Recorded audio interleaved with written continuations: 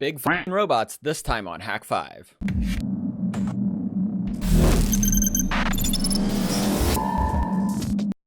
Hey everyone, Glytch here and welcome back to Hak5. In the last video, we modified a Nintendo Power Glove for use as a robotics controller.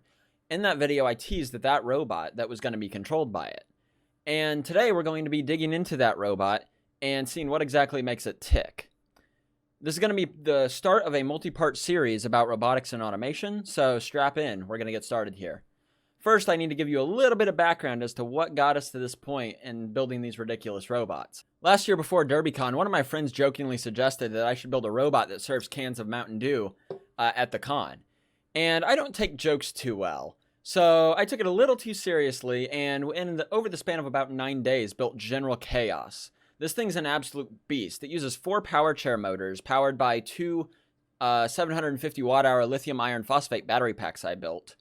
And it's a welded steel chassis, and it is just an absolute monster. It's capable of towing a full-size SUV across flat ground or carrying over 800 pounds. Now, the problem is the motor mounts are made of a cast material. I believe it's aluminum. And they were just very fragile. So I went off one curb as we were leaving the con, and 2 of the motor mounts cracked. These aren't really repairable because it's aluminum. I can't just weld it up and try to repair it.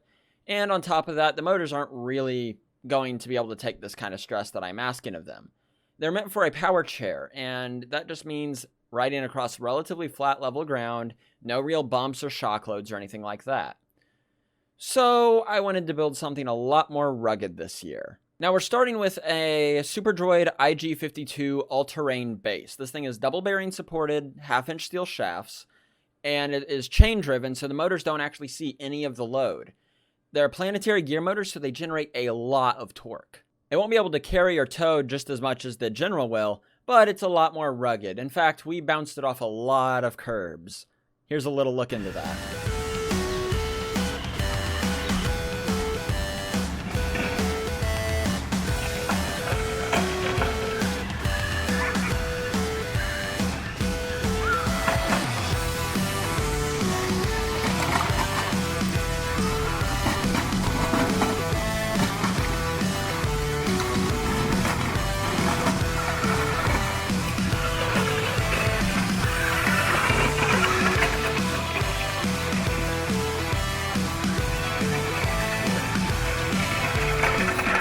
Now that we've talked a bit about the mechanics, let's dig into the electronics a little. Originally, this bot was designed to have a pair of 12-volt, 18-amp-hour lead-acid batteries strapped to the top.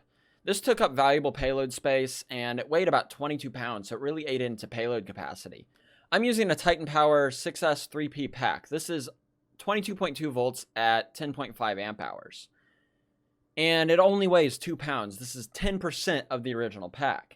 This gets mounted internally and frees up loads of payload space on the top of the robot. Now, this battery powers a Cytron Smart Drive Duo 30-amp motor driver. It's overkill for this bot, but it's completely passively cooled, and I don't need to worry about a fan or anything. As the name implies, the Smart Drive Duo is a dual-channel motor controller, and what that means is it is 2 motor controllers built into one. This lets you do some very fun things like onboard motor mixing so that your control inputs are very simple. In this case, I've got the 2 left motors wired to the one channel, and the 2 right motors wired in parallel to the other channel. And this makes for a very simple and intuitive tank-like control, and all you have to do is feed it 2 separate channels. You don't need to do any mixing by yourself on the microcontroller. Speaking of microcontrollers, the motor controller is controlled by an Arduino Nano that has an NRF24L01 module, that same module that we used in the Power Glove in the last video, connected to it.